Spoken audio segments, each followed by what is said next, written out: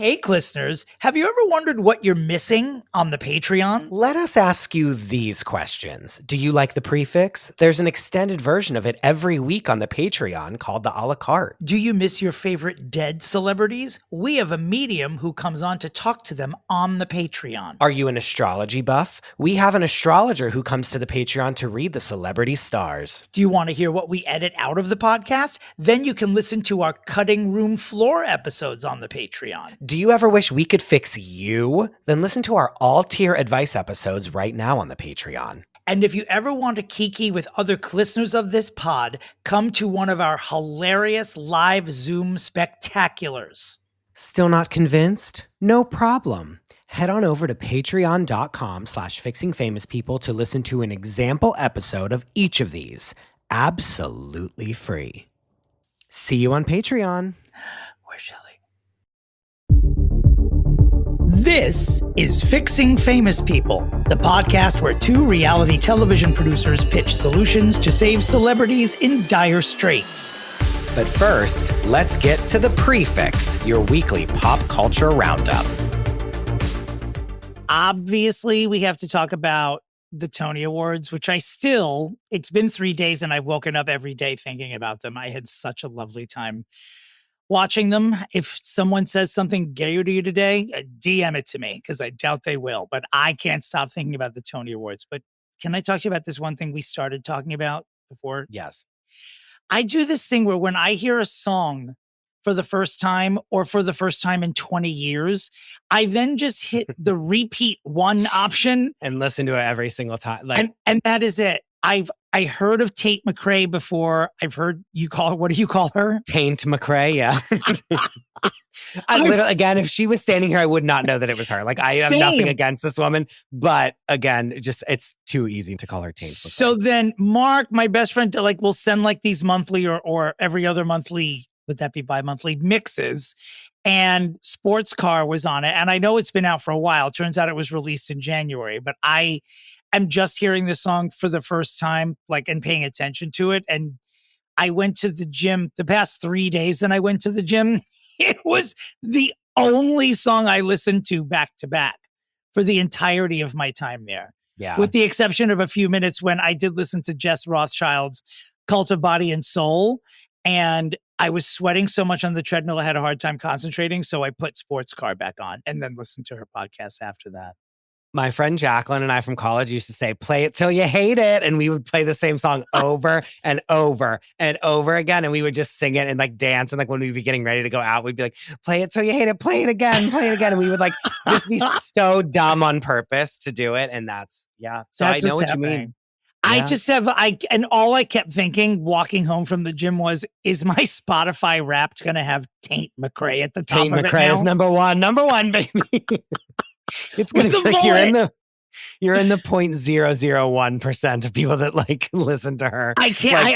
I hear no one talking about her. I don't travel in the same circles as people I would think that would listen to her regularly, but it's a cute song. I feel like her, in my mind, and people will crucify me for this, but in my mind, her and Addison Rae are the same person, but they're not at all. Okay. And their musical stylings are also not the same.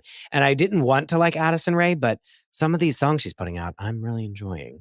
Well, I just found out within minutes of us recording too that Taint McRae is Canadian. And since we are at war with that nation, I will probably stop listening to her. What is she even? Let's see what she looks like. Tate McRae. She looks like Canadian. Okay, she's pretty. Dua Lipa, basically. Yeah, sure. Yeah. I mean, that's nice, but yeah. Okay. I mean, she's cute. Generous. She is cute. I think you know what this is. I think you want it. It reminds me of a Christina Milian era. Oh my God, you're pulling that name out of mothballs. You know what I mean?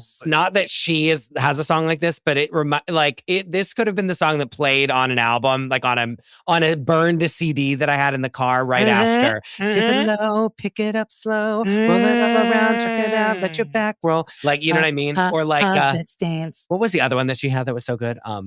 From AM to PM? From AM to PM. Yeah. Somebody hit the lights. This Sports Car song would play after that. Listeners, you might have noticed that in every song I sing, I like to throw in a Christina Aguilera or right in there. For no reason at For all. yeah, because she deserves it.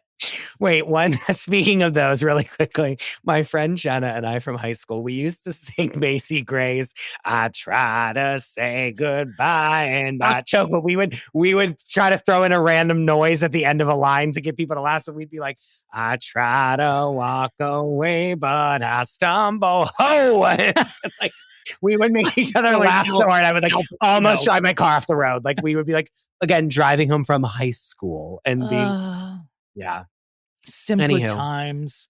Simpler times. Let's do that when we go on vacation. I mean, it's a guarantee we'll do that. Let's put our phones and computers away. Oh, well, then how are we going to listen to music? Never mind. Fuck it. We'll just do it. We have a movie marathon, Dominic, that we're going to... We got to watch Baps. We have to watch Mariska Hargitay's movie about her mom. So many things. I have a list. We'll revisit. In the a la carte, we'll go over that list. Yeah. So anyway, the 78th annual Antoinette Perry Theater Wing Awards, known to us all as the Tonys. Whoo! What a show. The ratings were up 38% this year over last year. And it was a really good season on Broadway. The more Hollywood stars you have on Broadway, usually the bigger audience you have for the Tonys. But I also think that Cynthia Erivo and all the, what do Wicked fans call themselves? The Wacky Wicks? The Wacky Wicks probably tuned in because she was there. And holy jumping Jesus, did she deliver. Good Lord. It's also a good array of people. Like you had your Sarah Snook, you had George Clooney, P.S. Amal. A lot of stars. Yeah. We'll get to that, but Amal literally is the most beautiful person on this planet. Anyway, Amal Clooney, yes. You had like all these different people from different like places. You had your Darren Chris's. Give me a break. There was a lot. There was a lot. You had a lot of different people. So I feel like that really helped. Cynthia Erivo is like, I mean, I'm starting to compare her to some legendary people when it comes to her abilities. I mean, she is like Whitney and Viola and Vivica Fox, and she's got like the best qualities of every person you've ever seen into a perfect, there's nothing she can't do. She's fucking amazing. And you know what it is? It's like she's singing and a I song did say usually... Vivica Fox, and I'll defend that to my death, by the way, because I find her very sexy. Go ahead. Yes, she is. She is. She is someone who like is singing at the end, which I'm not going to lie, I did not care for. But the like, I'm telling you I'm not going. Like when she sang that's usually like someone's song that they've trained like their whole lives to try to sing once and like maybe do okay at it. She was singing it and like not even trying. And it was like the best rendition of it that we've ever seen in our whole lives. Minus maybe like the original one ever that like won that woman the Tony Award. Yeah, she's truly like, effortless. Did you notice effortless? The dress she came out in the beginning, I did not know this until yesterday, was a glamorous takeoff on Annie's dress from Annie. That's the first thing I thought of when I saw it. I was like, oh, look, she's dressed as like slutty Annie, which I think is funny. You know why I couldn't pick up on slutty Annie? I was so distracted with Oprah Winfrey being in the first 30 seconds of this broadcast that it threw me off. I was just like, I get it, but I just no, I whatever. But by the way, it was Cynthia's idea. It was Cynthia's idea to do it, which was great. P.S. LOL. Like she only did a few cheesy things, which I was like, okay, this is the perfect amount. But when she literally was like, "You get a card," that was so fucking funny. That was hilarious. It's the easiest joke in the whole world, and yet the way that she did it was so funny. Was flawless. Yeah, I just didn't like seeing Oprah. But since Oprah is coming out our mouths, let me just say one thing. And I think I'm going to back up because I think we're about to go to battle here. You know, this Patti LuPone, Audra McDonald thing happened 2 weeks ago, and we were fully expecting like how many jokes will happen. A couple of people were hitting it hard on the red carpet, and most celebrities were like, this is done. I was impressed by how most people handled it. They were like, we're not talking about this. It's a done deal. Move on. You know, they had an argument. It's over. And no one mentioned it, even jokingly, the entire night until 11 p.m. when who got up there and brought it up? The moral high ground herself, Oprah Winfrey, referencing Gayle. And I'm like, Oprah, I love you. This is not a good look. I didn't think it was a good look at all. I was shocked. I was truly shocked. Yeah. Because you're right. The only other time I thought about the Patti Audra thing was at 8:05 when I texted you in the group chat, I think it would be really cunt if Patty comes out and presents the Tony for Best Actress in a Musical. Yes, correct. And then I went away. Then Cynthia came out and the show was great. And I don't want to be so condescending. I was a little disappointed that Oprah was the one who came out and made reference to it. I was like, weird. It's a little weird. Well, she has, not to say this, but she's fallen a little bit, you know? Being at the Blue Origin was not. I knew it. I knew. No, but that's not. I know. I feel like it's, and you're like, she's a share for you, and I feel like that tainted you for her. But but this is the thing. She's someone that like up until not that long ago couldn't be bought and sold. Like, yes, she would do her like shit. And like, yes, she has her whole like, people say like, oh, she look at all the people she's raised up that are like now these charlatan, like, you know, like Dr. Phil, Dr. Oz, all these people. But like she, up until like not that long ago, was like, no, I'm like in my own. Mateo Lane calls all those people Oprah's Horcruxes. Yeah, like, which is true. They are. But it's Rachel like, Ray. She, up until recently, like couldn't be bought and sold because she's like, I'm Oprah. Like, no, I don't want to do this. She'd be like, oh, Meghan Markle wants to do an interview. Okay, I'll do it, obviously. But like other than that, she was like she was like so immovable, like by other influences. But like recently, I feel like wherever the wind blows, she's there and is like, yeah, I'll show up to whatever this thing is, despite how much everyone hates it. You know what I mean? She's bored. I think she's just like every other person in their 70s who's newly retired now. She's like, now what I'm going to do? I'm just going to go from musical to musical, blessing people, not the least of which we have that insane video of her and Gail backstage at Pussycat Boulevard with Nicole. Well, Nicole, you knew they were going to be up to stuff. Nicole goes on to win the award. And then also a day after you and I saw Sarah Snook in Picture of Dorian Gray, Oprah's backstage blessing her. Bowing and then down she goes her. on to win. Yes. So who knows? Maybe she's the Oracle. Maybe she is the Oracle. Or she's just like, has the Tonys in her back pocket like she does Dr. Phil. You know.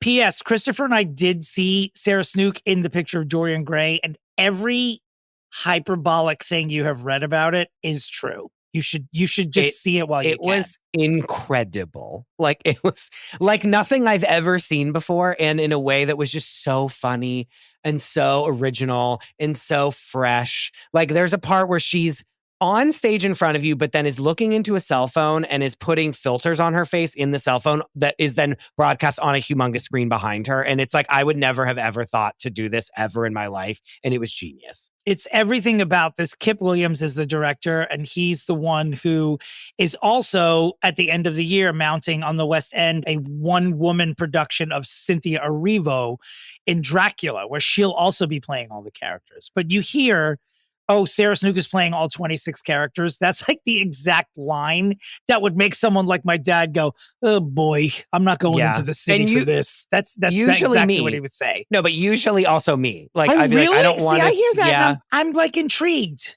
No, I am. But then it's like, there's parts of it that I'm like, oh, like if it would not have been all of the like technology involved in it and the whole, like this was so revolutionary. Whereas normally when they just are slapping a wig on themselves and being all the different people, I'm like, stop. Yeah, I guess I knew. And this is not a spoiler alert because it's all like, I knew beforehand that there were some characters that were pre-taped and were appearing like digitally. So she wasn't going to be holograms, as I said, by the way. She wasn't going to be hopping around like, you know, Howie Mandel or Carrot Top whipping out props and wigs and all that sort of shit. It's not like that. Yeah. But there were, Dominick, you have to admit, there were holograms.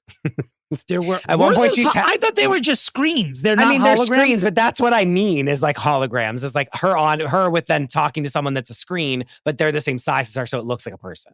I guess so. I'm not splitting Like, what is a hologram, Dominick? Well, right now, Whitney Houston on tour is a hologram. That to me is a 360 that's what, hologram. like when you go see ABBA, The Voyage or whatever it is, like that's what it is. It's just screens. They're not like, again, it's not R2-D2 like projecting them onto like the air. I don't know. I think they're holograms though. I think they're fully, I didn't have good enough seats at ABBA Voyage and I was stoned, so I can't even answer that question properly. Maybe we'll have to go back.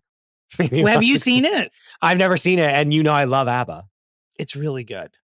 Okay, let's move on. Pussycat Boulevard. Congratulations to Nicole Scherzinger. I mean, for 2 years we've been at this, and you threw me off with your MAGA hat inquiry a couple of months ago. I'm not going to lie, but Nicole's performance and win were great.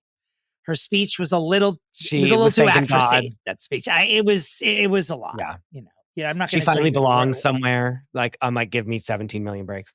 But where do But you belong? Like you've belonged everywhere. Like you're on every TV show. pretty privilege. Yeah, there are no Yeah. doorknobs on any doors when you have privilege that pretty. Yeah. Honey. Stop it. Stop.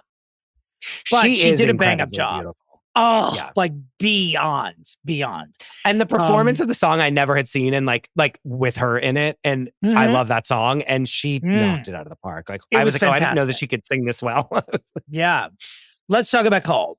Cole dressed as Bernadette Peters in the best way ever.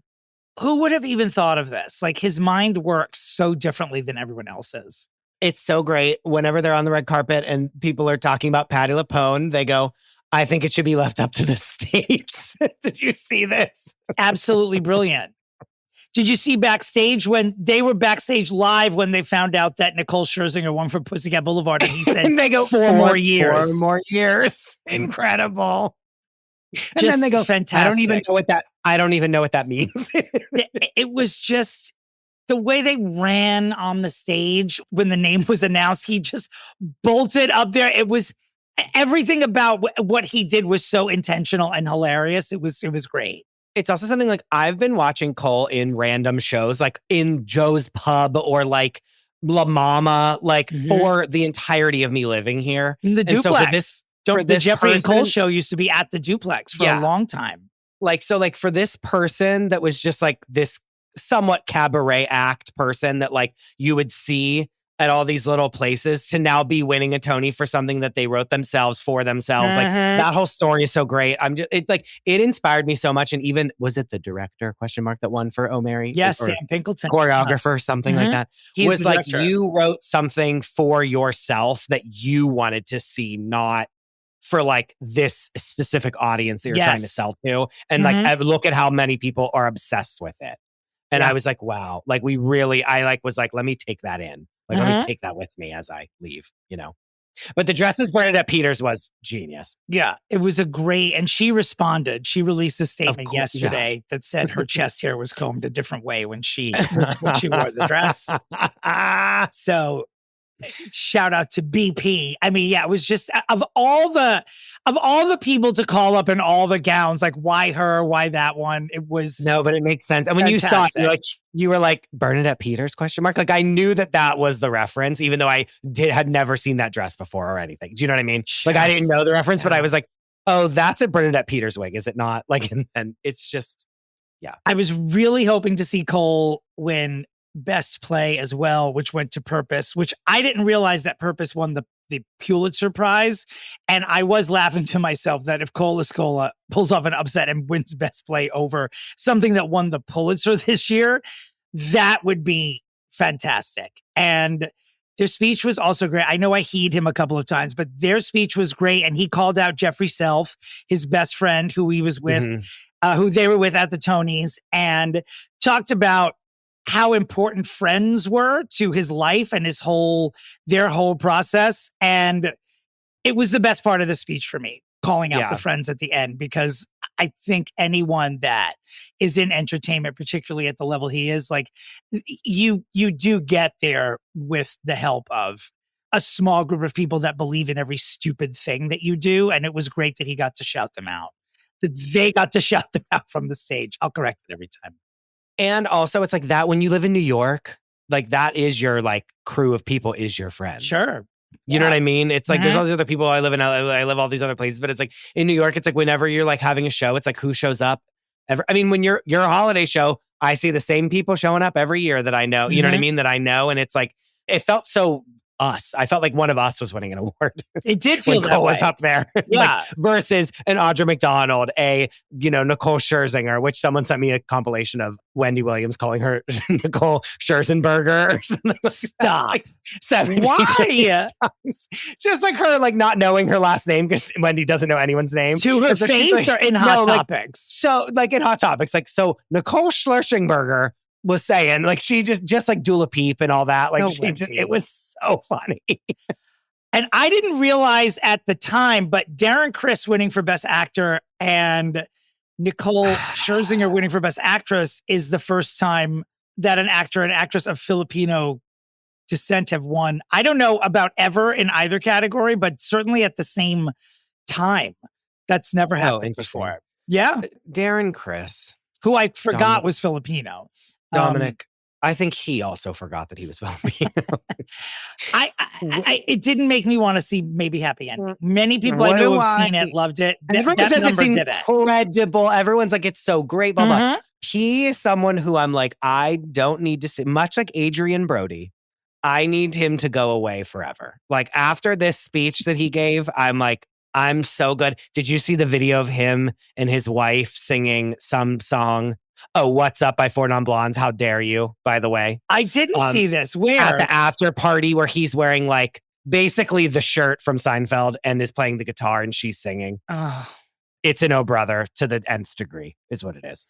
I got a lot of texts when he thanked his wife and went on and on about her in the speech. And I got a lot of people just texting me, confirm or deny. I'm like, I don't sleep in between them. I have no idea. I don't know what to tell you. Also, like, no, he was right to thank his wife. Like, 100%. He's like, yeah, you like allowed me to. Sure. No, the confirm or I actually deny thought that was quite beautiful.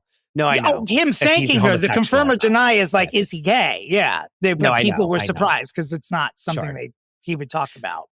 But I'm saying like, he can go off into the sunset and I never need to see him ever one time ever. I don't know what it is about him. He annoys me to a level that we've never seen before in our lives. If he and Jonathan Groff were in a regional production of On Golden Pond, I would not see it. I'm just letting you know. If the tickets were free, that's saying something. Because I'll see On Golden Pond wherever it's staged. I would not see it with those two because they get on my high school nerves. Keanu Reeves showing up. I forgot that him and Alex Winter are going to be on Broadway this fall and waiting for Godot, which is how Alex pronounced it. So I'm going to go with that. And he got a lap dance from Jonathan Groff. I felt terrible for Keanu Reeves when that was I was upset. Terrible. I was upset. P.S. Go ahead. Former guest of ours on this show was on the stage performing with the company of Hamilton. Wait, who? Andrew Chappelle. Oh my gosh. I didn't even realize that. I did not realize that. He was in the original company. Yes. He was up there singing. Him, Ariana DeBose and all of them were performing away. I almost passed out when Ariana DeBose showed up in that number. I was like, oh, fuck. She was in the original. Yes. Did that weird like hand thing that she did? Oh, yeah. She did it on purpose. She made eye contact with us on purpose to let the world know she was there. But I love that she was there like uncredited or no one screamed out that she was going to be there. Didn't she host the Tonys last year? No, it was 2 years ago, I think. But she's been there. She's had that job. It's just so funny they would mention she'd be there. I loved that though. Yeah. And did you like the Hamilton number? Because I know you normally refer to it as scoopity poop. No, I did because they didn't do all of the scoopity poop. Notice that they had him come out. Lin-Manuel came out in the beginning and did one little thing. And then it went to every other person. And they really, like when the Schuyler sisters got to come out, that song's so good. Look around, look around. Like such a good song. Greatest city in the world. Like they're so talented. And then they had him do scoopity poop for 15 seconds. And then he was out of there. And then they had everyone else. And my DMs full of people like, you're so right. They're like, oh my God, you're so right. That they don't like him. That they're just While like, we're talking about I understand it. Yeah. Why don't we reveal now, since we're here, what the vote was? Because we tried to fix him last week and we put the vote.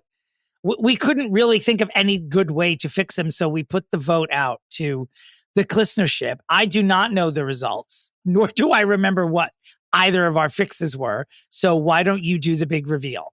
The winner of last week's fix with 38% of the votes.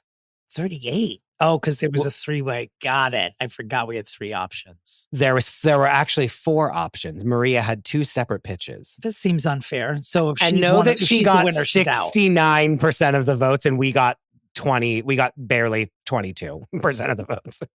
69. We got, with 38% of the votes, Maria's Gen Z musical that Lin-Manuel Miranda writes is the winner. All right. It was your pitch, Dominick, was to reboot Midnight Cowboys with Lin-Manuel Miranda and Jonathan What is Groff. wrong with the people who listen to this podcast? So yeah, Maria won. Another guest. Well, congratulations, Maria, I guess. I mean, even though you clearly stacked the deck by having two ideas when we only slipped in one. I love that you don't even remember what it was. No, but now that you've reminded me, I'm like, how did I not? How is this even in the name of God? Is this possible? I'll stage that Midnight Cowboy on my own. You'll see. You'll all see. Okay. Ha ha ha. You'll all see. My favorite thing ever to say. You'll all see. You guys, will you please right now pause this podcast and follow us on Instagram and follow us on YouTube, please. Dangerously close. Dangerously close to getting, just passing a threshold that's going to enable us to do a bunch of other fun shit. So please do that. Please tell your friends about the podcast. Please join the Patreon. We have up there right now of every kind of episode we do on the Patreon. One is available for free so you can see what you are missing. Several people have done so and are now fully ensconced. The subscriptions are up because these people are hearing the episode. They're seeing what we have to offer behind the paywall and they are immediately signing up. And I'm not joking. We have a lot of new people signing up, a lot of new people in the chats, and it's really freaking fun. Okay. And our last plug of the day is candles. The candles are on sale for the summer, folks. We need the prayer. Brittany needs help. So we're getting the Hey Y'all prayer candles are back and the Clitorally candles are back. And again, through the roof sales. So there's only a limited amount. So if you don't want to miss it, you need to buy one soon, please. Chris doesn't agree. Candle Company. Chris does not agree that Brittany should be reconservatorshipped, but he does agree that we should be praying for her. Yes. Which means to me that you don't want her to be in a conservatorship because without these prayer candles, you can't eat. Christopher, isn't that right? You're pimping this woman's mental illness so you can just profit off of it. And so are you, Dominick. What? I don't take my half. I devote it to Brittany's children's college education, provided the college they go to is a beauty Did you school. see she was with her son the other day in the car? I did not. Only one? He's driving a convertible, one of them, and she's with him. And she's like, he's so big now. It's so crazy. Like, she's like clearly so happy. And so I'm happy for her. Before we move away from the theater, by the way, we have there's other theater stuff to talk about that we're going to mention on the a la carte. People from The Bear are going to Broadway. Rachel Zegler singing Evita on the street in London. There's like a bunch of fun shit we'll talk about on the a la carte. Oh, wait, I saw like a weird video of that. I was like, what's happening? It's crazy. I don't even know if I know what's happening, and I'm going to tell you what it is. Like, what is this? So, Good Night and Good Luck closed on Sunday. George Clooney did not win his Tony for Best Actor, but it did air live on CNN on Saturday. Yeah, it closed on Sunday. It was always a limited engagement. Oh. And it closed on Sunday and it aired on CNN on Saturday night. I saw the movie. I was riveted by it. I'm a fan of George Clooney. I'm a fan of Ilana Glazer. I'm even a fan of CNN. I was bored to tears. Honest to God. No intermission. I did. I watched it and I was bored to tears. I just couldn't. Not all plays translate well. And then when it got super preachy at the end of it, I'm like, okay. But then after the preachiness, what they were going into was Anderson Cooper hosting a round table about it. I was like, you've gone too far. Put the news back on. This is why people don't like you anymore. This is why people you already toed the line by having George Clooney go live on CNN. Well, I don't need the round table. What's happening in the world? And it was so boring. Also, the round table of what? Yeah. Because it's about free speech and blah, blah. Sure. But like Anderson Cooper to me already, he's an O brother to me. Just because I'm like, you're a Vanderbilt. Like, don't stop. Like, you're in the 0.0001% of your whole life. So stop with the like, I'm so liberal. Bye. And two, I find him so boring. I feel like he's a little too emblematic of an era that's gone now. I'm surprised he's still there. With all the changes that have been made, I don't dislike him, to be honest with you, but I am always surprised that year after year, his contract keeps getting renewed when his show is toward the bottom of the barrel when compared with everything else. I don't know. Maybe he's just the last branding opportunity they have there. I don't know, but he doesn't seem like he's going anywhere. No, he annoys me. Good night and good luck, by the way. I did not put this on the list that I sent you, but the whole time on the Tony Awards, they kept talking about Broadway is back, blah, blah, blah. The highest grossing, blah, blah, blah. I was like, Dominick's been screaming about this. I was like, reminding They're everyone. all patting themselves on the back. I'm like, but no one can afford to go. And so last week, Good Night and Good Luck was the number one show on Broadway. It pulled in $4,330,000. Wicked was the third highest rated show of the week, and it occurs in a giant theater. It made half that. And it was at 100, both shows were at 100% capacity. That means that to see Good Night and Good Luck, you had to actually give a child or feed a family for a month to go see the show. The tickets are too expensive. I'm not backing away from it. No, it's just crazy. No, and Dominick, you're right. Again, like Wicked's like in like the biggest theater like in the freaking world, and it's like they're making half of the money. It makes $2.5 million. And Good Night and Good Luck's making 4.5. It's like, what are you? It's like, what just times that by 2, and that's what you get. You know what I mean? And like, it's so, and like divide it by 4 because that's how it's a fourth of the size of the theater, right? Correct? But but then when I saw it on CNN, I'm like, holy shit. First of all, I'd be class actioning you, not just because I paid $950 for something you're putting free on cable, but I just want my money back because $1,000 for this was a no for me. It was definitely a no. I want George Clooney to beat me in the face with his dick for $1,000. You have to be kidding me. Speaking of people who've seen the dick, would you like to talk about Amal for a minute? I know you're obsessed with it before we move on. I have nothing to say other than like I'm just truly taken aback by her beauty. That's all. Like she's just so beautiful in every way.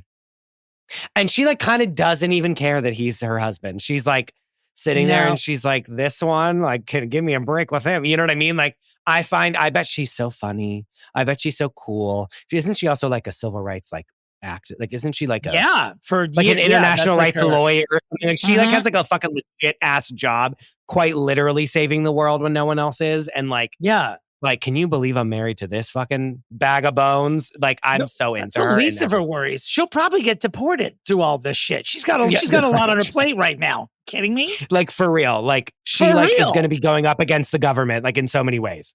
Wow, we talked about the Tonys and went tangential for quite some time, but it's a great show. If you haven't seen it, go to Paramount Plus. It was very entertaining, and you can fast forward through the commercials. But we'll move on to the other important things.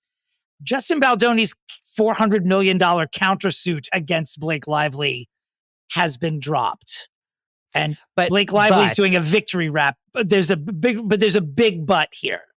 That they can like refile some of the things. Like they have to amend. It's not that like the case is thrown out. That's like what they want you to think. But it's like apparently like he has to come forward with like more information, which is like normal. He has to now like elaborate more on these claims to try to get them back in the court. So we're nowhere near done with this at all. So Blake's like at a Chanel show in Paris and shaking her tits. And she's like, victory is mine. And Justin Baldoni's people are like, no, when your case got thrown out, he said, you can't refile. They did not say that to us. We're just getting our shit together and we're going to refile 4 of the counts. So take all those horses, Blake, and hold them. Fucking hold them. So stupid.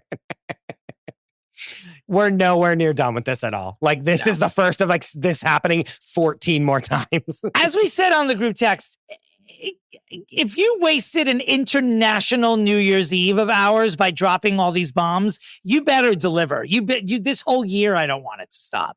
Keep me interested. I need them on the stand. I want them on this. Like this whole court is out of order. Like that's what I want. Hey, did you know there's a second Wicked movie coming out? Were you even aware of this? How dare you? Well, the trailer came out and it looks wonderful. Has it only been a week? It feels like an eternity. Guys, we are so back. We're so back. It's not even funny. We're going to be talking about it so much. And by the way, although I was annoyed seeing Oprah at the top of the Tonys, Cynthia doing her holding space finger hold moment with Oprah at the beginning was a kiki. I think I missed Ari had been there. I missed that though. Is that what happened at the beginning? Cynthia's walking out and Oprah's backstage and Cynthia's like, I'm nervous. And Oprah says, you can do whatever you want. You're Cynthia Erivo. And then before Cynthia goes out, she holds Oprah's finger the way that she held Ari's during holding space. Okay, I laughed out loud. Yeah, sure. I mean, I'm holding space for the movie. Of course you are. I just can't wait. I can't wait. I love watching TikToks of people who are currently in Wicked or who have been in Wicked watching the trailer for the first time and crying. I watched a bunch of those this week, and they're really adorable and not annoying. I can't believe I'm saying that because normally that sort of content, I'm surprised my you're eye rolls saying so that. hard I fall backwards, but it's really cute. Also, we just you know the movie's going to deliver. You just know it. I need to get into the Producers Guild, which I am not currently in, so that I can make sure that we have as many options as possible to get into the early I'll sponsor screening. you. I didn't know you have to do it. I'm not in. I just never did it, and it's like so expensive. And so I was like, my dues. I have like the basic membership, and my dues I think they're either $375 or $400 a year. Yeah, but when you sign up, it's like you have to spend like way more than that. Oh, it's like that's right. That like initiation. I forgot. Yeah, I've been in there's it like for an initiation fee that's like $600. Yeah. I'm like, okay. I'm like, is this worth it to go to Wicked 3 days early? Yes. So I have to figure. You have to like write all this shit. So I have to. I remember. Yes. I think it was the last essay I wrote. wrote. Rebecca, and Tom will all be getting phone calls. So if there's a 201 number calling you, answer it. Have AI fill out that application for you. Speaking of trailers, the trailer finally for Kiss of the Spiderwoman, starring Jennifer Lynn Lopez, has also been released. It looks great. It looks great. Even if it's the biggest piece of dog shit of the year, we are going to be there that Friday with bells on in the front row. Are we not? Yeah, I just don't. I'm not going to offer an opinion about it because the original movie I love so much, and the musical I saw it several times. I saw it with Cheetah Rivera. I saw it with Vanessa Williams, who I believe then was still Vanessa L. Williams, and they were both utterly fantastic. And I think the musical's great. I didn't see what I saw on the stage translating well to the movie, but Bill Condon directed Dreamgirls and knocked that out of the motherfucking park. So I have all the Chicago. Didn't someone that wrote Chicago? Rob Marshall did Chicago, but Bill Condon was definitely involved in it. Yeah, I mean they were all. It was something like from the guys. From the writer of Chicago or something like that. And I was like, that's good. Because in my opinion, Chicago is the best movie musical of all time, right? Is it I could be wrong, but he adapted it for the screen. Yeah. Translation, probably. Yeah. Yeah. Although A Sound of Music might give you a run for your money on that, just depending what your taste is. Do you know that we truly just watched Sound of Music the other night with Hassan's mom, and because they had never seen it before. And so I was like, okay, this is like the second most famous movie of all time, like, or third, if you count The Godfather and The Wizard of Oz as the two before it. Mm-hmm. And like, I was like, we need to see this because when would they have seen it? Like, and so we were watching it and his mom loved it. I will go to that Sound of Music sing-along every year when it twirls through the Upper West Side. It's the best time. Such a good movie. Like, I haven't seen it since I was a kid. And I'm like, the camera work in this movie is incredible. Like when she's walking through the palace and she's just like, there's like all these very like artsy shots of her. I was like, for like this being what this is, like, wow. Like she's so pretty in it too. And she has the most ugliest, hideous haircut ever. And she's still so fucking gorgeous in it. Those nuns. I don't know. It's so, what a good nuns. Movie. I know the nuns are great. I love those nuns. And the fact that she is walking down the aisle to go get married and they're singing a song about how annoying she is the funniest shit of my life. Uh-huh. And she's just like, fuck you. I'm going to get dick for the rest of my life. She's like literally like, fuck. And all those nuns are probably like, yeah, dick and 7 kids. Who's the loser here, Maria? Yeah, like, you dumb idiot. Yeah. Oh, God. All right. Well, right in time for Pride Month, Billie Eilish, no longer a lesbian. She is seen what's happening in Italy, kissing her, I guess now boyfriend. His name is Nat Wolff. This, of course, closely on the heels of JoJo Siwa posting pictures of her in bed. Also was gay 2 minutes ago. Now is either pan, bi, or question mark. I mean, what next? Rosie O'Donnell marries Pedro Pascal? Like, what the fuck more is going to happen? It's Pride Month. Can you wait till July 4th to do this shit, ladies? Jesus. I'm taking it personally. Good luck. Look, I know, me too. I am the next person, but please. Yeah. No, it's hard. It's rough. I don't like it, but people are going to do what they're going to do. Okay. Don't do it in June. It's like me. Yeah. Putting flaming poop on your doorstep on your birthday only. Like, why are you doing this? Leave us alone. We've supported you. Pretend to like us, and then come on. JoJo C was a pioneer. She opened the door for all these lesbians to be like, I've been waiting for someone to do this. I can't. Can you eat? Who's next? Kristen Stewart? I don't know. At least Anne Heche waited like a decade before turning her back on us. JoJo Siwa was like, I'm doing gay pop. And then 6 months later, she's like, give me that dick. Like, come on. Wait a minute. Should we talk to Anne Heche on Fixing Dead People? Oh, my God. That's I feel like she wouldn't even talk to us. No, she would. We should. We should try. I have questions for Anne Heche. Serious questions for Anne Heche.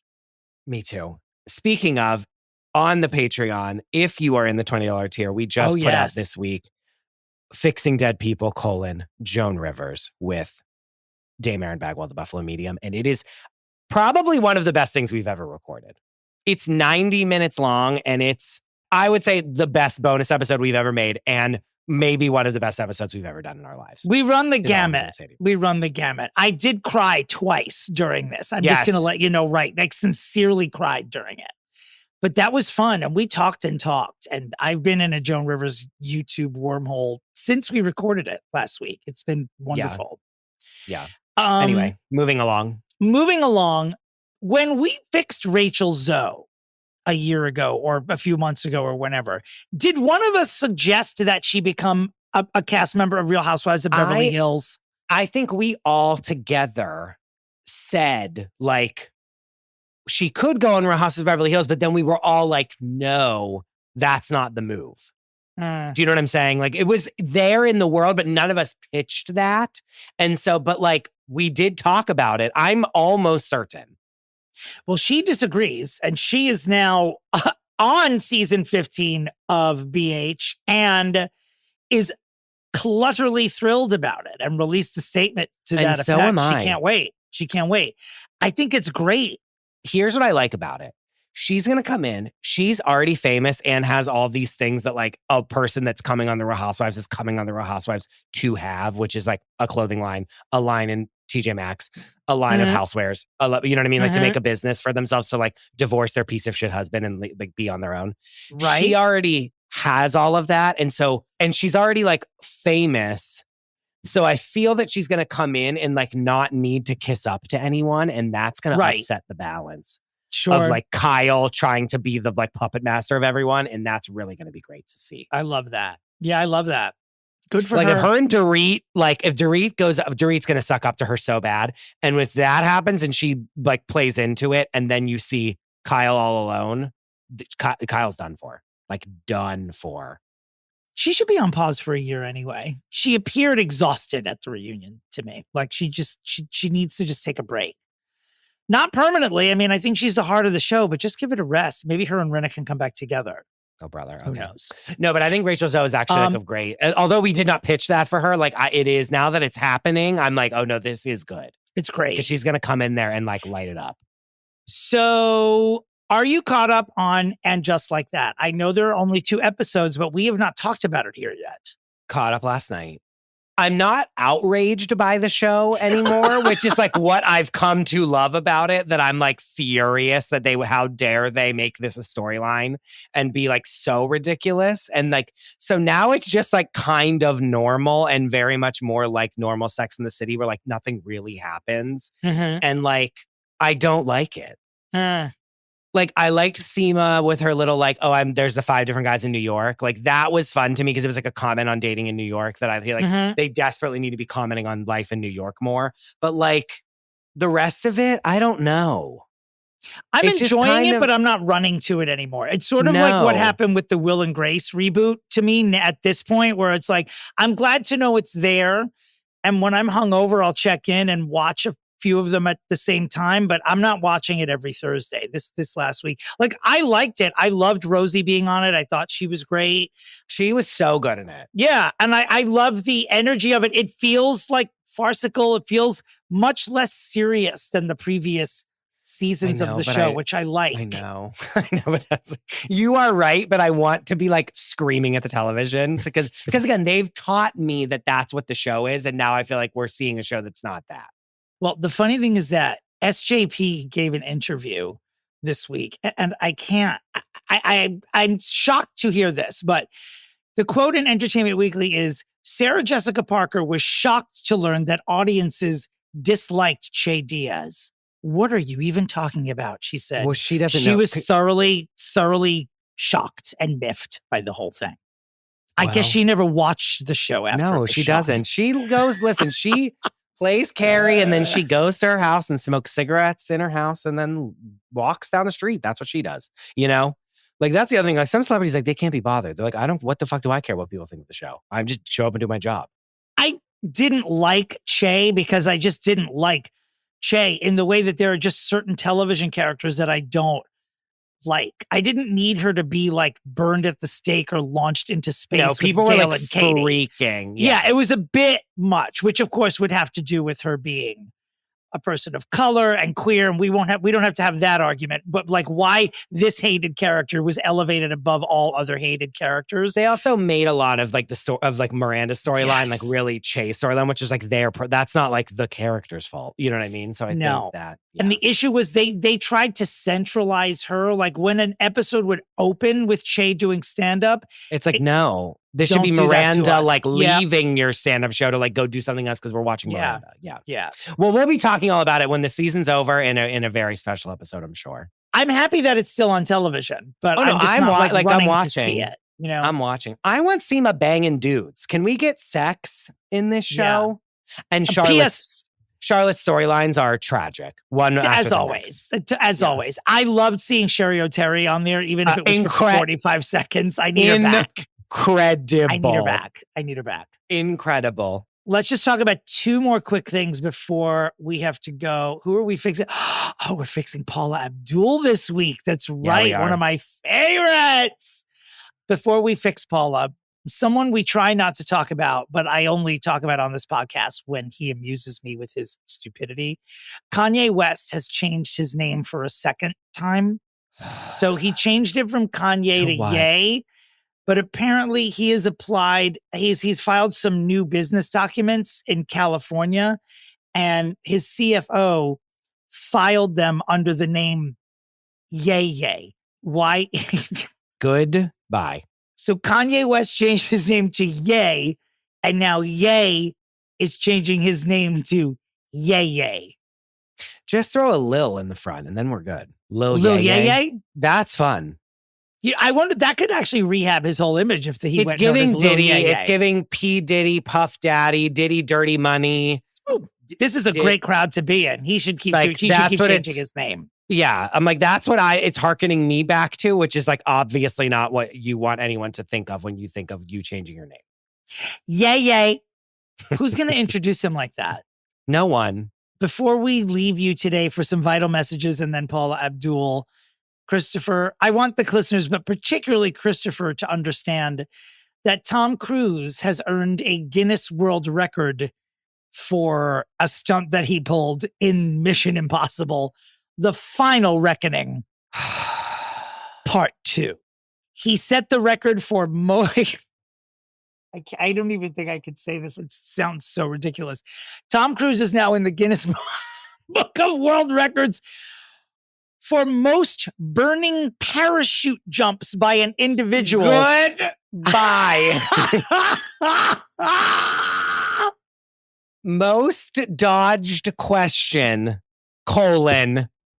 where's Shelley? Is what I have to say. Don't talk about his colon. Oh, I thought you were talking about another dodged question. Well, that, please. Well, the Guinness Book of World Records has said Tom Cruise doesn't just play action heroes. He is an action hero. Oh, goodbye. Guinness, he's a lot more than that, honey. I got news for you. He's a lot more than that.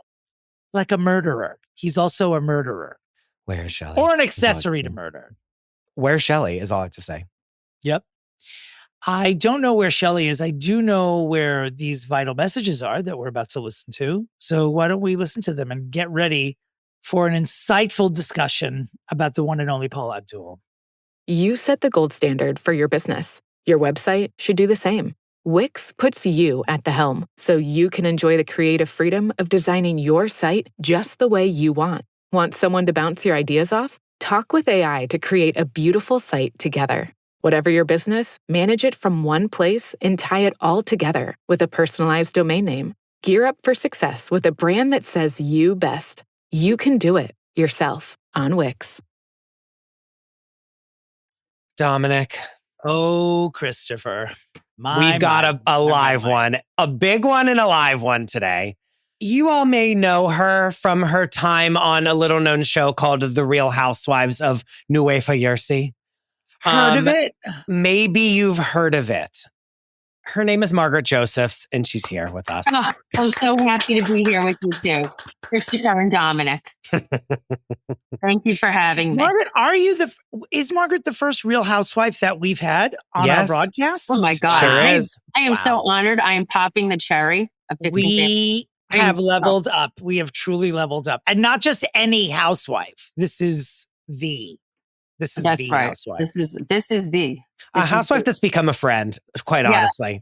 Like the number of times that we'll just talk on the phone for about nothing for hours and hours and hours. Or like, what are you doing? I'm coming over. Oh, I'm in the area. I'm popping by. Like we're doing the Jackson Hole. We're doing the tuna melt. Yeah, I'm like, I need a tuna melt. Let's go. Oh, Dominick, we have to bring you to the Jackson Hole. I heard Chris Hole. Told me all about it. Chris told me all about that tuna melt. It's the best. It's the best in the world, Dominick. It's got my favorite right now is a place called Gracie's upstate in Leeds, New York, by where I used to live. And Chris has had it up there too. It's a tough. When I heard he found a better tuna melt than at Gracie's, I was quite impressed. No, we gotta go. We have to go soon. Actually, we have to go soon. Actually, well, I'm available. You know me. I'm always available for a meal. Yeah. I mean, soiree. What do we got to plug before we get into Miss Paula Abdul? Me, I'm the mocktail queen. I don't drink alcohol because God knows if I did, I'd be a real mess. Because look at me without it. So, I created my mocktail line. That's what I've been working on, doing my soiree, doing that. I still have my beauty tools in Walmart. So I've just been working like a little maniac. Housewives isn't on the air. So I'm, shaking it for cash all over town. There you go. There you go. That's what I've been doing. Now. Yes. Let's move on to the woman of the task at hand. To the woman of the hour. Not you, Margaret, but not me, not the one, but we're going to be fixing somebody. Who do we have to fix? Today, we are here to fix. I will use the word legend. I'm not sure if I want to use the word icon, but Paula Abdul, at least for me, I grew up in the 80s. She was. Me too. She was it. At the end of the 80s, it was like Madonna. And then this woman named Paula Abdul in 1988 came out with a very gay-coded song called Straight Up. Yes. And broke many records with her first album, Forever Your Girl. Yeah, she straight up. Forever. Whew, it was amazing. Now, there's so much to talk about with her. Like many people we've been talking about recently, Rosie O'Donnell is the one who pops into my head. It's like she is so woven into so many very pivotal strands of pop culture. Like as I was doing my 30 seconds of research before this broadcast, I'm like, oh yeah, she did that. And then she did that. True. And then she was there. And yeah, pretty major. And I don't feel nervy about fixing her because I love her, but she needs it. I love Paula Abdul. No, I'm obsessed with her and she still looks phenomenal. I mean, I was telling Chris, I was with her just 2 years ago. Where were you with her? We were at a charity event called the She Event, which is out in the Hamptons. And she performed and she could still move and she was amazing and sweet and lovely. Teeny tiny, because I was already on my drugs to stay skinny, and I thought I was teeny tiny at this point. And she was literally a quarter of my size, and she looked amazing, and she was fantastic. I was so impressed the way she could still perform. Well, she is. I will tell you, she is 62 years of age. She was born July 19th, 1962. So, Chris, is she the same sign as you? Then she's a Cancer. She was born in San Fernando, California. I'm giving you this information because we're about to play our middle name game where I asked Christopher and our special guest this week, Margaret Josephs, to guess the middle name of the person we are trying to fix. Paula and Abdul are her given first and last names.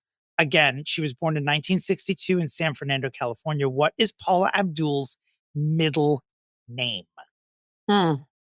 I would say Paula Ann. Okay. Oh, I like Paula Ann. There's something like Celine-esque in my mind, but I know that's not right. But like Celine is what, but I'm not going to guess Celine because there's no way it's Celine. And if it's Celine, I'm going to truly walk off of a bridge. I'm guessing Celine. Paula Abdul. Celine Abdul. Wow. Now, while I do, it is neither of those names, by the way. But what I love about Chris's guess is that I love the guess, and I don't normally even talk about what he guesses. But if Paula Abdul's name was Celine, you would have known about it 30 years ago and already had a tattoo of it. So, what about me? Can you do? I don't know. I feel like with the what about Paula Marie? It's definitely closer to Anne and Marie than it is to Celine. Okay. I was sort of surprised, and I don't want to be an asshole, but a little disappointed when I found out her name was Paula Julie Abdul. Oh no, Julie! It doesn't even sound real. It sounds like an SNL sketch. I'm Paula Julie. Like it's weird. Yeah, but anyway, that's it. No explanation is given for why. Yeah, Paula Julie Abdul. Maybe Julie's Julie not was her mother's name or something. No, I don't know. That's not a common middle name, Julie. No, Julie's it's a first name. No, or something Julia is. Like something Julia, but not Julie. No. Anyway.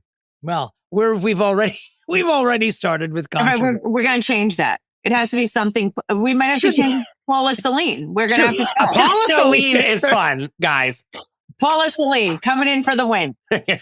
That's how we fix her then? This is a 5-minute episode. We just changed her middle name for no reason at all. That's it right there. That's it right there. Okay, so tell me what is the first, you're saying Straight Up is the first song. I was born in 1990, so she was very famous when I was very little, and I wasn't like clued into like adult pop music yet. Right. And so I kind of like always grew up knowing she had been very famous. Until obviously we get to, but she she was the lady from American Idol for you. For me, she was, and like that was a pop star back in the day. I didn't. Right. I remember her dancing with the cartoon character. Yes, but other than that, DJ Scat Cat. Yes, yes. DJ Scat Cat. By the way, that song "Opposites Attract," Paula Abdul won her one and only Grammy Award for Best Music Video for "Opposites Attract." Wow, really? Her and DJ I didn't know. I didn't realize. What else? She had Cold Heart. What was it? Cold Hearted? Well, Straight Up, Cold Hearted, Forever Your Girl, and Opposites Attract were the 4 singles. Yes. And what about The Way That You Love Me? That might have been on the same album, but those 4 songs that we just said all went to number 1. And when her album came out, it was the first time that a female's debut album had yielded 4 number 1 singles. I'm pretty sure Taylor Swift has squashed all of the Paula records. Of course. Yes. But yeah, and then it was she had 4 singles at number 1, and then 2 years later she released another album called Spellbound, and the two big songs from that were Rush Rush. Do you remember that video with Keanu Reeves? Rush And Promise of a New Day. Promise of a New Day. That was a big one. Promise of a New Day. Yeah. Did you know that song? No, I don't. If I heard them, I probably would, but like I could. Promise of a New Day. Yeah. Yes. That was the video, Promise of a New Day, where God forgive me. This was the video where we discovered that certain artists could have their videos stretched before airing on MTV, what we would now refer to as Facetune. If you're not familiar with Facetune, look at literally any photo on my Instagram page, and then try to recognize me in person afterwards. Yeah, or look at any Housewives videos. True. Instagram, any Housewife Instagram. And Promise of a New Day was like they were, I believe that was the one. My friend Mark will definitely text and correct me, but that was the video where they sort of like stretched it vertically to make her a little bit slimmer. They did that with the Janet video, the one where she's in the Serengeti in Africa. Oh, it's just simply just stretched, like to make them be tall, like to just be, wow. Yes. And that's how that's what we referred to it at the time, was stretching the video, even though it's obviously not physically stretched. But so yeah, she came in like gangbusters. So here's what my memories are of her. She came in, she was like all over the place right away. She was everything. And she released that album in 88 and then another in 91. And then pretty quickly, she had like personal and physical problems and sort of took a hiatus right when she was like at her very white hottest. When did she marry John Stamos? She was married to John Stamos. Wait, was she? Yes, that was a big. Wait, what? Yes. Wait, hold. What? You guys didn't know that? Married to John? No. Emilio Estevez is who she was married to. Why would I think she was married to John Stamos? I mean, because they were both hot white people. They were dating. There's all these photos of them together. So Her even and John Stamos? Yeah. Like maybe they were way dating. back in the day, and they're holding hands, and they're both. That's why I thought she was married to him. Yes, married they also to like look. Estevez. They look alike. They do look her and alike. John Stamos. Yeah. Like when there's one picture of them when they're both in sunglasses, I'm like, which one's which? Like, it's. Yes. I am so glad you brought that up. I don't think I ever would have remembered that she dated John Stamos. I barely remembered that she was married to Emilio Estevez.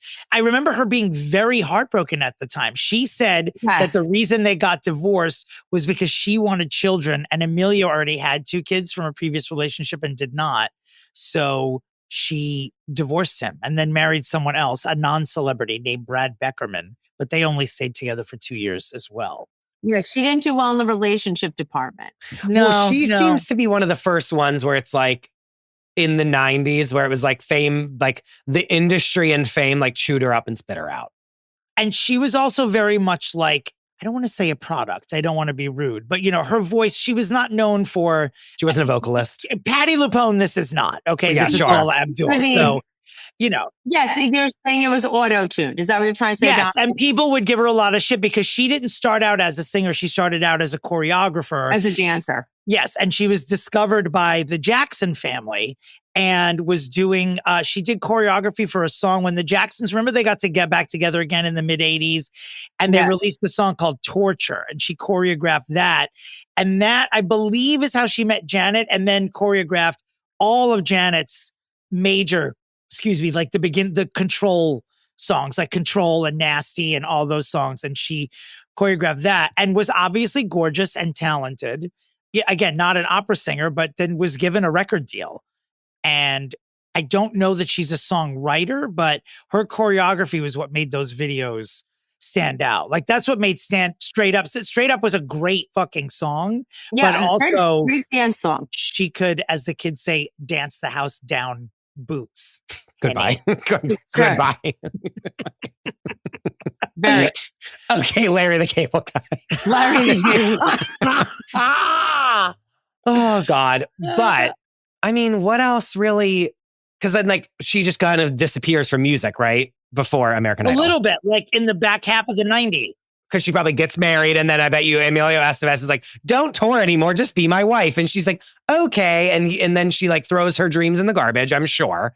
And then he's like, I actually don't like you anymore, bye. And then she's like, okay, I literally tanked my career to be married to you. I'm certain that's what happened, right? If the 90s has taught me anything. I'm sure that had to be part of it. Yeah, those Sheen boys are very problematic. Yes. So then... I'm assuming the next time we see her pop up is then on one of the biggest American television shows to ever exist, right? I think so. I don't remember anything else. Well, the last thing I remember before Idol was that she had, I wouldn't say it was disastrous, like Britney Spears performing No, Give what Me was More. the song? Yeah, it wasn't that bad, but it was like a junior version of that. And I think she appeared on the MTV, the VMAs, and she'd put on a little bit of weight and she was wearing like a tinfoil outfit. And I will not repeat what people were calling her because really, I don't remember that. Baked potato. They were calling her baked potato. And terrible. I know it's terrible. And after this performance, which wasn't great, and she was obviously lip syncing, and she was just gone for a little bit, and then came back with Idol. And like, I mean, obviously there's Simon, who is a human monster. The love of my life, Randy Jackson. Yes, it was great. You love Randy Jackson. I love him. You really It's going to be a no for me, dog, Randy Jackson. Yeah, and no for me, dog. then Paula. And like every single like search for talent show that existed like is modeled still after like what American Idol started as. Absolutely. Correct. I agree. And the three of them sitting at that table with the Coca-Cola glasses was parodied like on every single thing that you could possibly parody in your entire, like every, like SNL, every parody movie that was coming out at the time, any kind of like, so anytime someone needed to make fun of something that was making fun of, Randy Paula and Simon. I'm trying to think if there was a time in a movie where they like something happens and then they turn and it's like them auditioning on American Idol and Simon, Paula, and Randy are sitting there. I don't. And like, I can't remember what it was. It wasn't Scary Movie, but it was something in that realm of like a parody-esque movie. And something happened and then it was the three of them sitting there being like, that wasn't really for me. It wasn't it. You know what I mean? And then, and I can't even remember what it was. It was, someone in a DM is going to be like, it was obviously this movie. But I remember as a little kid being like, oh, they're like making fun of American Idol and like realizing what parody was because of that, basically. Because it was just like always made fun of that. Paula was the one that was like kind of pilled out and was like, but she was so sweet. She was great. She was great, but she was very like, she's like, you're so your artistry is beautiful. And then Randy'd be like, I'm the dog and you're the dog. And then Simon would be like, I hate this. Like, go straight to hell. Right. Yeah. That was like, I mean, she was part of the holy trinity of the show. Yeah, and she was on it for 8 seasons too. And then that's a long time. And almost left. I mean, there are famous stories of her wanting to leave more than once because even though she truly loved Simon, and I believe they're still friends, she did have a problem with him being a little too harsh with some of the people, especially when that became such a signature of the show. And he just started doing it. For Simon to destroy people in person. Right. Yeah. And he, even though he was the reason she wanted to leave, he apparently was instrumental in talking her into not leaving eventually. And when she did leave after 8 seasons, supposedly it was over money. They just couldn't come to an agreement. And at the end, she was making. Do we know how much she was making? It's reported that she was making about $5 million a year at the end. And when that's good money. I think that's really nice. Just sit there and like just talk. You know what I mean? That's good money. And she was eventually that was the year she was replaced by Ellen DeGeneres, who I'm certain was making more than $5 million. Oh, I can't even remember Ellen being on. No, me either. Yeah, one season, and she didn't like it. I don't even think that she likes talking about it in interviews. Like, she just didn't like the whole dream killing aspect of the show and could That's not. Shocking. She just couldn't get around it. She just couldn't get around it. Also, what the fuck does she know about music? Yeah, exactly. Not to be rude, but like, she's not a singer. No, I think they just wanted someone with positive energy to come on the show. And she's and also that's when the Ellen show is like taking over Oprah for like being the biggest show on, the biggest daytime show on television. Right. I mean, $5 million, that's really good. And the thing that's funny is then once she left and it was the breakup of the Holy Trinity, like they all, like no one, it never got back to what it was ever. No, they spun out after that. I mean, think of what we should fix American Idol once, because the history of that show, which is now more than 20 years, like all the people like Nicki Minaj, Mariah Carey, Jennifer Lopez. Remember Cara? Is it De La Guardia or Cara LaGuardia? Like she was in that mix. I think Cara De La Guardia or something like that. De La Guardia, right? I can't remember her name. Right. And she was Cara a guest. Delevingne? No, Cara De La Guardia. She was on the show. She's a songwriter. Yeah, she's a songwriter. I literally have no idea who this is. Wasn't she on the show or no? No, she was a judge. She was a judge for, I think, more than one season. Yeah. Katy Perry, Lionel Richie. Like, there's such a rich history with it. I mean, that show, it has to be 25 Luke Bryan. years. I like Lionel on it. Jesus, I was a voter. I was a voter when Paula was on. Oh, no. Yeah. Season 1, we were voting for Kelly. Like, my whole family was calling in for Kelly. We were voting. And that was when you knew someone was going home, is because you would pick up the phone and you would go to dial the person and then you could get through. It's and true. You're like, fuck, they're not getting any votes. And then I know. And so she was on that and then she left. And then the next move, and I just want to refer to my notes. I have literally one note. My note, which is that she then did a Bravo series, a reality series called Hey Paula. This is where this is where the image started to unravel, because this is before Housewives exists. Oh, yeah. Is this what I have to look forward to? That's Margaret Joseph. This is when she went down the tube. She did a Bravo series. What are your thoughts on pills? I don't know. It depends how many pills you pop. But Hey Paula was definitely in that first wave of, Queer Eye and everything came a couple of years before. But Hey Paula was in between that era and the Housewives era. So they were really, she was one of the first celebrity driven reality shows. Her and Whitney and Bobby did the same thing around the same time. And let's not forget about Britt and K-Fed jumping on that fucking train like a year or two later. Remember that disaster? Well, which we found out is because her dad, not to kill your whole thing, her dad literally took their home videos and made it a reality show behind her back. Right. Which is horrific. Death to that fucking dad. All of them. Death. As to quote Wendy. Paula Abdul does hate Paula, and she just seems, you know, I'll be hyperbolic about it, but she seems mildly insane on the show. Like she's like fits of crying and laughter and like just very sort of manic behavior, which was described, as a pill poppy. I mean, that's a terrible thing to say. I know people are going to write in and say, why are you mean to women? I promise you we're mean to men as well. It's just today we're trying to redeem. I've been thinking about this actually. We very rarely try to fix a man on this podcast because very few men actually should be redeemed. And all these women, we want to redeem them. Yes. I am so happy you brought that up because if you go on our site and you look at the list of people who are unfixable, they're almost exclusively men. Yes. Like they're beyond, right? So actually, we're not a women attacking podcast. We're a women empowering podcast. Sure. Thank you, Christopher. LOL. Sure. We're here to just make them better. Tweaks. Yeah. That's what you're producer on Housewives. You love the word fix is so harsh. Women. I do. Yes, we do. We do. Did I empower you? Yes, of course. First of all, I love my crew more than I love my cast. I mean, that's I know. Well, we know. Anyway, so that's when things start to. That's when she starts to get a rep that's a little bit cray. And once anyone sees a drop of blood in the water, that's when people start coming forward with their, I had a meeting with her and she was on drugs and blah blah. Like a whole bunch of unsubstantiated.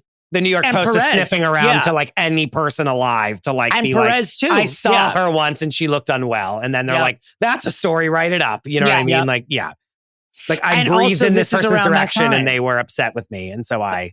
Perez and delisted, like this is all 2007 to 2010. Like this is when all this shit started. Isn't this show where she gets the call that she like is fired from choreographing the Bratz movie? Am I wrong? Yes. That you are not wrong. No, this is right. She's like she's crying, and it's like one of the like biggest. It's like a very early like iconic reality TV moment where she's like, "I was supposed to like choreograph the Bratz movie?" ? Was the Bratz movie a cartoon? I think so. I don't know if it ever got made, but I think like she was going to do a movie, the Bratz, like as in like those and the like. Yeah, so those like little dolls, like a Barbie doll, but it was called a Bratz doll, and they had like big lips and like cute little bodies, and like they were all disproportional, had big heads. It was going to be a movie, and I think it was supposed to be a cartoon, but she was going to like do something really big on the movie, and it was going to make her like a lot of money because it was going to be like a humongous, summer blockbuster movie. And then she got fired or the movie got canned or something. And we are filming her melting down as she gets the call, which is fucked up. But like we see that she's getting the news that the Bratz movie is canned or she's canned. And she starts like bawling her eyes out and then does like a straight to camera interview where she's like, I was going to be the choreography of the Bratz movie. And she's like, and I'm not. And of course, at the time we were like, this is hilarious because she's like having a mental breakdown. And I can't remember in what order this happened. And Margaret, I don't know if Chris, maybe you remember this as well, but there was a rumor that she was involved romantically with an American Idol contestant. Do you remember this? I can't remember. Was it Justin Guarini? You have to Google that. Definitely not Justin Guarini. Oh yeah, Justin Guarini. It was a guy named Corey Clark, and he was a contestant on Idol. And he provided as evidence of his relationship with Paula Abdul a message that she had left on his voicemail, and he made this public. And there were also multiple eyewitness accounts of the two of them being intimate together. This guy. Yeah, okay, he was a scumbag in public places. Yeah, he's a criminal. He ended up being one, right? Like I don't know if he was at the time, but I think he's got. Does he have a rap sheet now? I don't know. His picture looks very rap sheetish to me. In one picture. But he went really low. He described like the type of sex they had. He described her private parts. Like he really like he tried to savage her. He truly tried to savage her. He was like for the come up of the to be like, I mean, it's a K-Fed. He's pulling a K-Fed basically. Yeah. By the way, he was sued by Walmart for passing $600 in bad checks. This guy's a loser.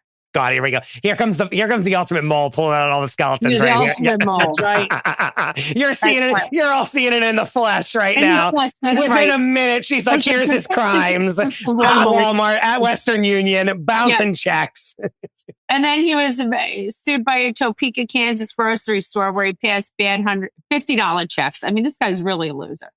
Dear God, he sounds like one. Well, yeah. So all this, all of his exposing her did nothing clearly, since he's trying to pass checks at Walmart. Yeah, you don't do that. Anywho, okay, that's really bad. Yeah, that's really bad. No, that's upsetting to her. You know what? You think you could just have sex with someone? No, and it's also you can't kiss and tell like that. That's so fucked up. Do you know what I mean? It's not okay. And two, who the fuck are you? Again, you're just being used by the tabloid media so they can be like, Paula Abdul's vagina is disgusting. You know what I mean? And did he say it was disgusting? I hope he gave I don't know. I'm just assuming that they if you say something bad, that would upset. I don't think he said it was disgusting. If I think he talked about grooming them for her, was I think what the story was that he was. Oh God, bless. Good morning, everyone. How's your cereal? Okay. But also, don't say that about people. Not gross. about Paula Abdul, because honestly, even through the bad times, she's still America's sweetheart. She's still. Well, she's very groomed. I've seen her in person, and the girl's meticulous. So don't you not say? Wait a second. Did you just say she's? She's very groomed. She's very groomed. Have you seen Paula Abdul's vagina? Well, no, but she was wearing something very skimpy, and she looked very groomed to me. All right. So you're saying you can confirm, you can at least confirm a Brazilian is what you're saying. Yes, I'm going to confirm Brazilian. She's very groomed. It's true. I'm going to tell you, she was so kind and so sweet, and she looked meticulous. I was very impressed. And again, this is at the time, she's again in the time that we've been talking about so much, where it's women dare exist. And so we're going to crucify them for having one slip up. Was she a little loopy on American Idol? Sure. Now she'd be celebrated. Look what's going on in this world. I mean, if she was on Housewives, this woman would be a superstar legend. I mean, and she also worked her ass off to get. Not a terrible fix. Put her on Beverly Hills. Chris DeRosa. That would be great. I'd be surprised if she hasn't already been approached about that. Oh, I'm sure a million times. I'm sure 1 billion times. And let's just point out as well that even though I was very flip earlier about her not being a singer, about her backing into this career, she always worked. She was a work horse. She was a noted choreographer. And I forgot to mention that she was a Laker girl, famously. That was her first actual break. She was 17 or 18, that she was one of the Laker cheerleaders. Oh, wow. Which is how she got into that's a feat in itself right there, is being a Laker. That's a big deal. I also think too, not all people that are recording artists are vocalists. You know what I mean? How much time do you got? Yeah. Money can't buy you class, but it can buy you a cabaret tour, can't it? I mean, our girl. Our girl. Do I sound bitter? Anyway. I don't know. Yeah. Anyway. But so she has this Bravo show, and then she looks like a goddamn idiot. Do you know, right? They make her look like a fucking crazy person. Yeah. It lasted for one season. Never good. And that was at the time where now, if you're on a reality show, that's great.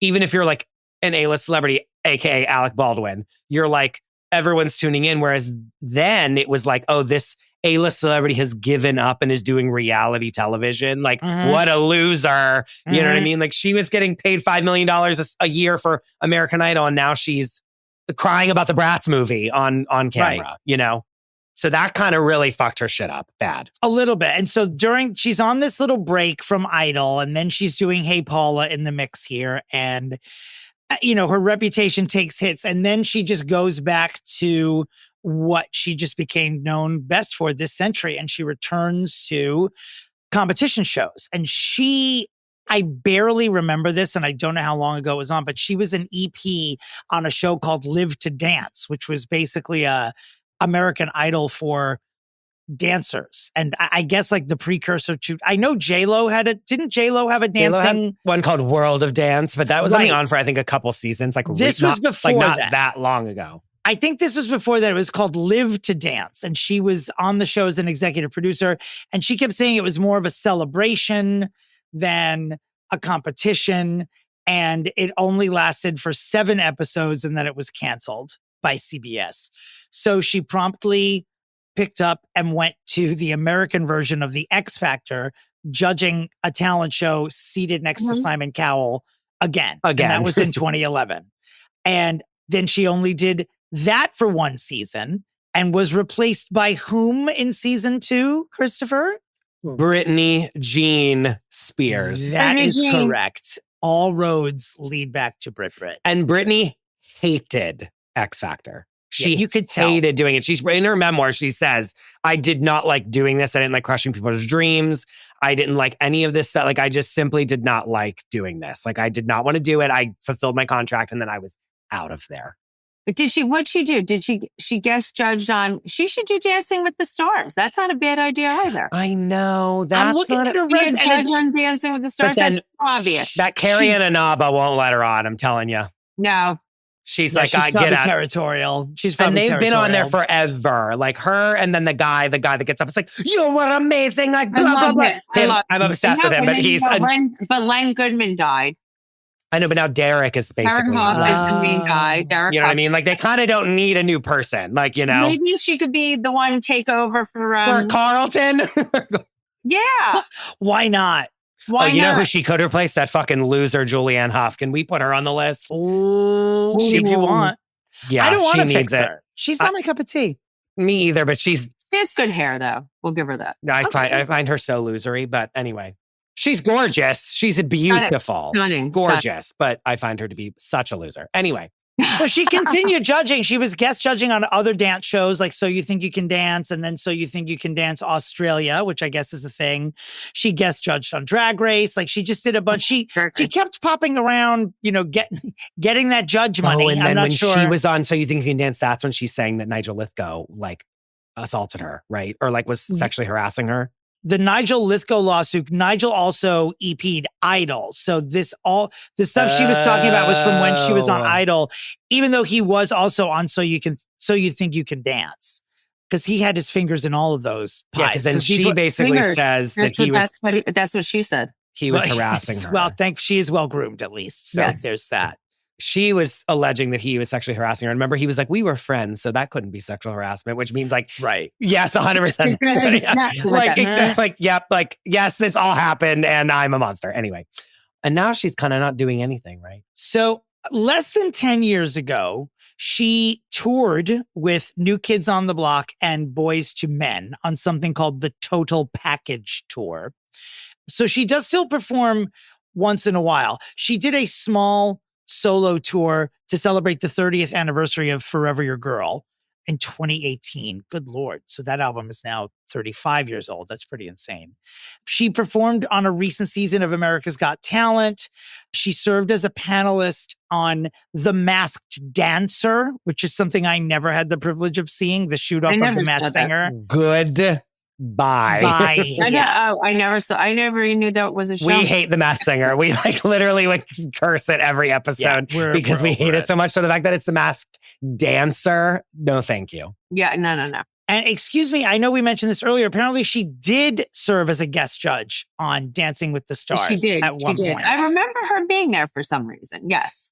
And she headlined a tour last year, the Straight Up to Canada tour to commemorate Forever Your Girl. And as of March of this year, the year of our share 2025, she was a panel judge in the first round of the 10th series of Let's Dance Slovak. It's a show that is broadcast in Slovakia. I think we're Slovak. I think we're here in the nick of time, actually. No, Paula, I'm not going to let you do Let's Dance. No, this is bad. This is really bad, guys. No. I got to give her a call. You really do, Margaret. I could, by the way. I know I write to her makeup artist who I happen to love, who's amazing. Okay, so we could get to her with ideas if we need to. Yes, we're going to go. No, Let's Dancing Slovak. No, Let's Dancing Slovak is the worst thing that I've heard this episode. She's above that this. I'm not going to allow. We're not going to let our girl, Forever Your Girl, is not going to fall that far. No. She is forever our girl. She's forever our girl, and she's not going to fall into Slovakia. I mean, we're not going to allow it. We're not going to allow it. I mean, so stupid. No, but that's rough. Like, that's really rough. Like, even Margaret Joseph would not take that job. My God. And so that's where she's at now. You know, she had going back to when the erratic behavior started, I forgot that she did say in an interview that she has injuries from dancing, like a lot of dancers do in their middle adulthood. So she was addicted to some prescription pain medication for a while, which I believe she said contributed to her quote unquote erratic behavior. Well, there you go. Paula. I mean, and even before. But honestly, who amongst? I mean, I'm acting erratically now, but I've also been smoking weed every 30 seconds since we started this fucking hour. All right, let's get to it. But do you know what I mean? Like, yeah, she's like, I have like a herniated disc from like doing backflips on the stage. Like, she's probably like oxycodone to the hilt while she's filming American Idol, just so she can sit in the chair for the whole time. You know what I mean? It makes sense. Right? Yeah, she has to be. Not that that's good, but it just like is what it is. It's just like shit. Yeah, but at least she has an excuse. No, literally. Instead of being like, I am just completely not lucid. Instead of I'm bored and I live in a field. Right. Which is what most of America's excuse is for Oxy. And so here we are today. I mean, the red carpet to the fixing arena begins at Let's Dance Slovak. Exactly. That's good. We're ending it right here. We cannot tolerate that. We are not going to let her go. I mean, I think there's a lot of good fixes here. I think we maybe get her involved. I said in a sex scandal. Oh yeah, Margaret was calling me earlier. She's like, should she have a sex tape? And I was like, honestly, maybe. I was like, not a sex tape, but maybe like get her involved with like a politician and have her be caught, or like caught in a broom closet with like a hot maitre d'. No, just we need her like away from there. We need her to be taken care of. This girl is like, she never had a child. She was married to like a horrible Sheen person. I don't even know what happened to Emilio Estevez. I don't even know where. Is he alive, by the way? Like, he is. Emilio is still with us. Yes. I don't know what he's doing. Maybe we'll fix him next. I don't know where he is, but I'm just saying, she's like, her relationships didn't work out. So maybe we could get her like, married off and taken care of to somebody who's like semi-prominent, or get her on Housewives of Beverly Hills. Okay. That's a successful show. It is a very successful show. Okay, here's what Are we here? Are we at the arena? I'm ready. I have my pitch. I have my pitch. Please address her by her formal name. Paula, Celine, Anne, Julia, Julie, Abdul. I mean, obviously, my first go-to for all of these people in this realm is like memoir, but I'm not going to have her write a memoir. But I would read her memoir. She should have a memoir, but I would love to read her memoir and have her talk about early American Idol. We'd all read it, but that's not my pitch. Then Margaret's saying Beverly Hills. That's a really good idea. But what would be great before she does Real Housewives of Beverly Hills? Paula Abdul should be one of the late additions to a season of The Traitors. Yes. She should. Wow. She should. Remember in last season when like Boston Rob and then that guy from that pig-faced man that was from what's it called? Big Brother, and then Wes from Real World came down in those cages. Wow. Pig-faced man.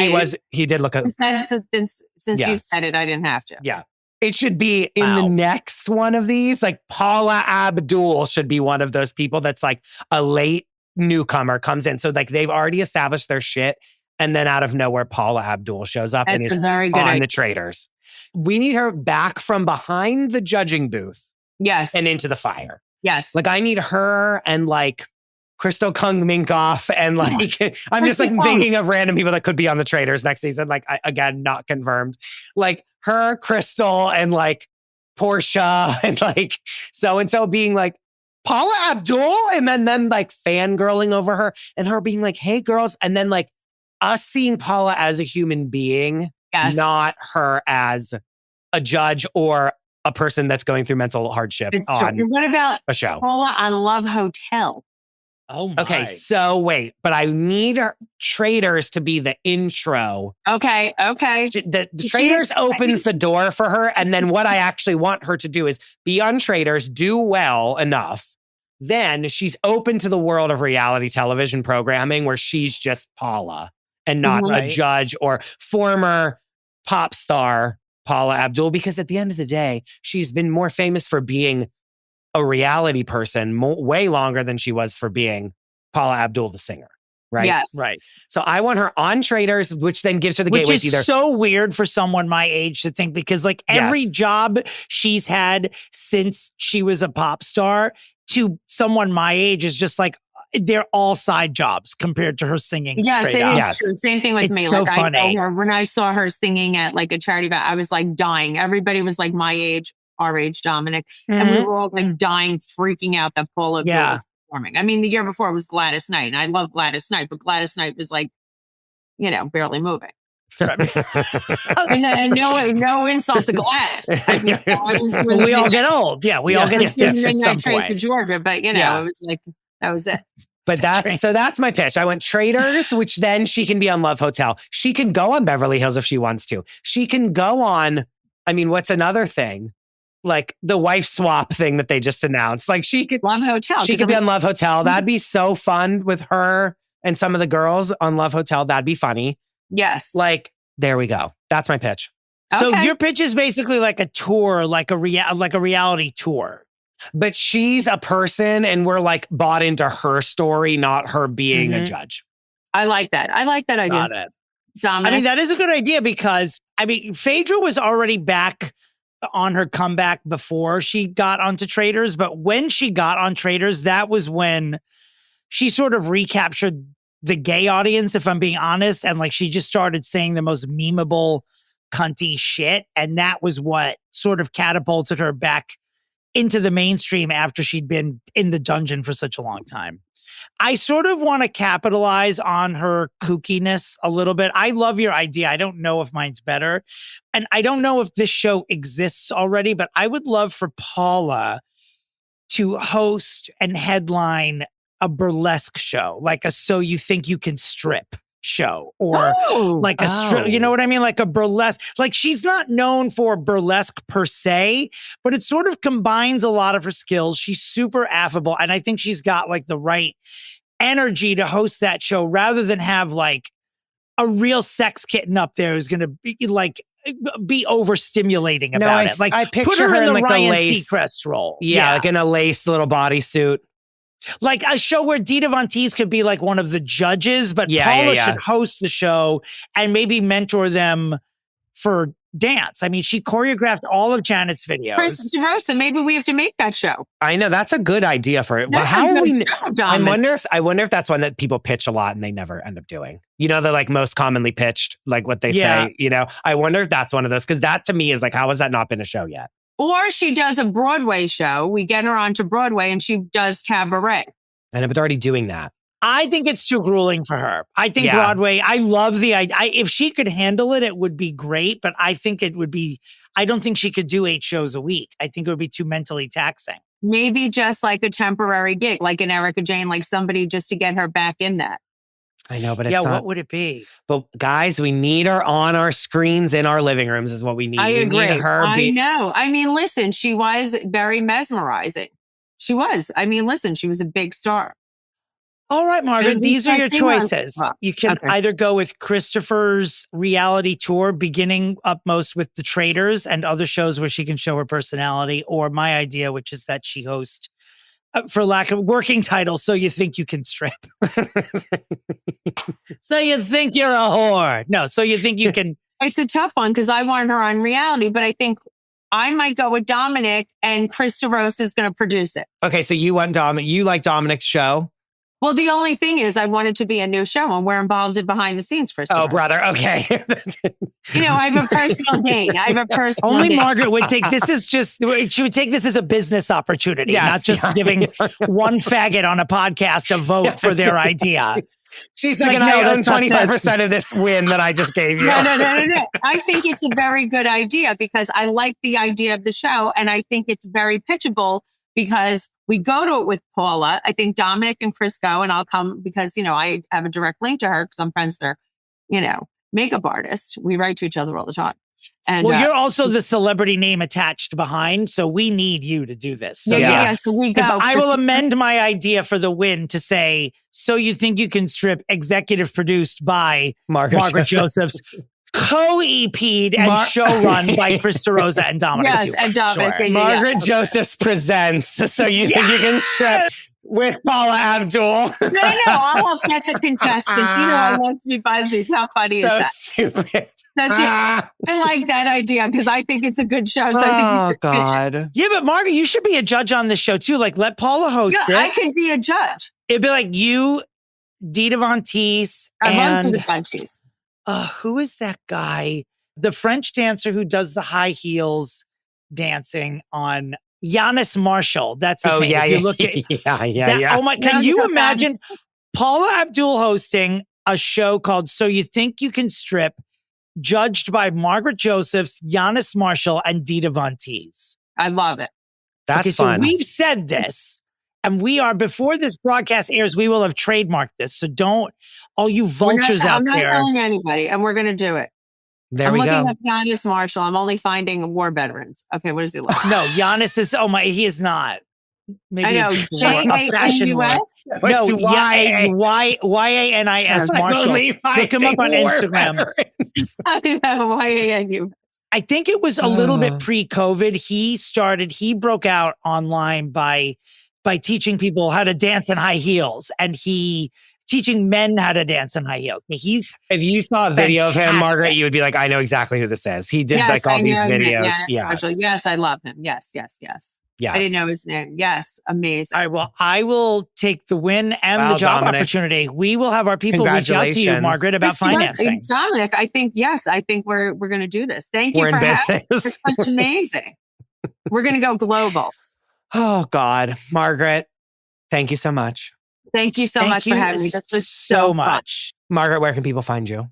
Oh, they can find me at The Real Margaret Josephs on Instagram.